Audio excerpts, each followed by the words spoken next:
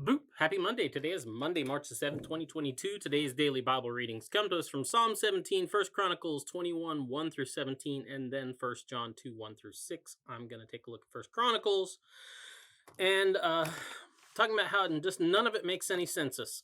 So David decides that he's going to take a census of the people of Israel. Remember, at this time, Israel is one unified country. Had been unified under Saul. Saul didn't quite make God very happy. Saul's out, David's in. And this is towards the end of David's career. And he decides that he wants to take a census of all the people in Israel. So all the tribes, all 12 tribes. And in his defense, it says that the devil made him do it. So Satan stood up against Israel and incited David to count the people of Israel. And so apparently, like right off the bat, this is a bad idea. It's a bad thing. He wasn't told to do it by God. It wasn't like God said, hey, there's some big stuff I'm sending your way. You need to go out and count all the people and so how many, fighting men you have, or it wasn't like that. It was a move out of pride to serve selfish goals, I guess. It doesn't tell us really what it is like he's wanting to achieve with this. Maybe he's got an eye to tax revenue because, hey, if say like you have a law where every 10 years, you go out and you count the people in the country, so you kind of have an idea how many taxes are coming in. Oh, and other things that are good too.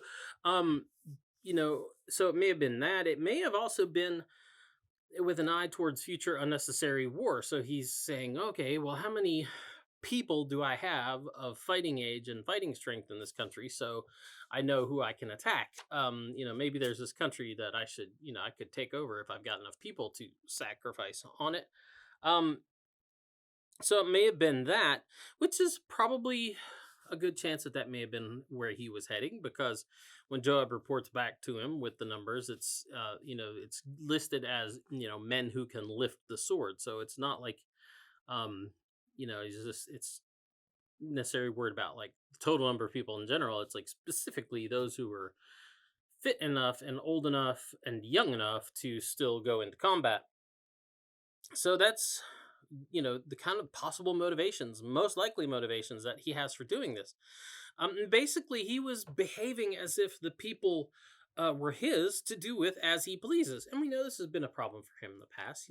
When, he, in the spring of the year, when all kings go to war, David stayed at home and got himself into trouble with another guy's wife, and then got the other guy killed by sending him into warfare. So David has a history of this. So enter Joab. Joab's a bad guy. Not like bad as in just evil, but like he is second in command in all of Israel, really, behind David. If you go and you look up some of the stuff on him, they really talk about he's kind of like the power behind the throne. Like one thing I saw called him like, the Gray Lord. It's kind of like in the shadow behind David that makes it all happen and makes David look good, which is another thing that we have to remember about people in power sometimes. So Joab is the one who gets to do all this. David is the one who comes up with the vision. Joab's the one who gets stuck with the execution of it, which is always great. People in power come up with visions, and then other people have to execute it, whether or not it makes sense or is even necessary or good.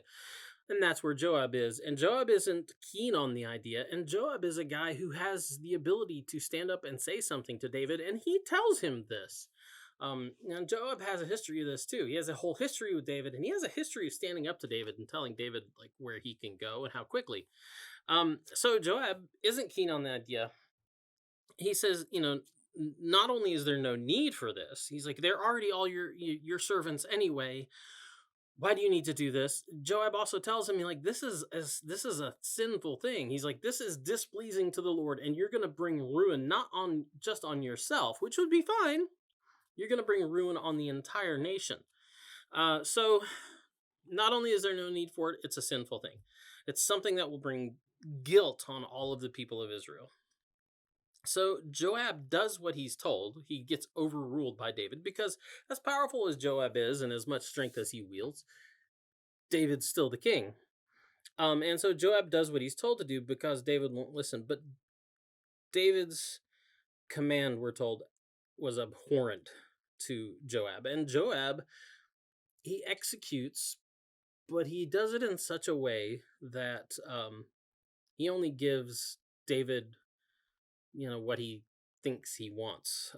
And it says he goes out and he counts all of Israel, and then it gives us the number for Israel. It's like 1,100,000 men who can lift the sword, and he's and it tells us also that like 470,000 of those were in Judah alone. That's important because Judah was David's tribe. It's also Joab's tribe, if I remember correctly. But it's David's tribe specifically. So I almost feel like he gives him this number because I really think there are 12 tribes in Israel, and there's 1 million people, but almost half of those are coming out of David's tribe. So he's given him the number of his tribe, basically saying, "Hey, if you want to go kill a bunch of people, use your own brothers and cousins." Um, and then we're told that he doesn't even bother counting the tribe of Benjamin, who is Saul's tribe, who David had also kind of made all these grandiose promises to. And he doesn't count Levi. And that makes a lot of sense because Levi is specifically God's portion. They are God's holy priesthood that's set aside. These are the guys that wear turbans that say "Holy unto the Lord." So David comes up with a great vision. Joab is forced to execute it, even though it's abhorrent to God and abhorrent to him. But he does it in such a way that he satisfies David, but he acknowledges the fact this is a stupid order. So anyway, that's the DBR for today. Get out, enjoy the day as much as you can, because we're going to have a big storm here in Chattanooga in a little bit. And we'll be back tomorrow with another DBR for you. Talk to you later. Boop.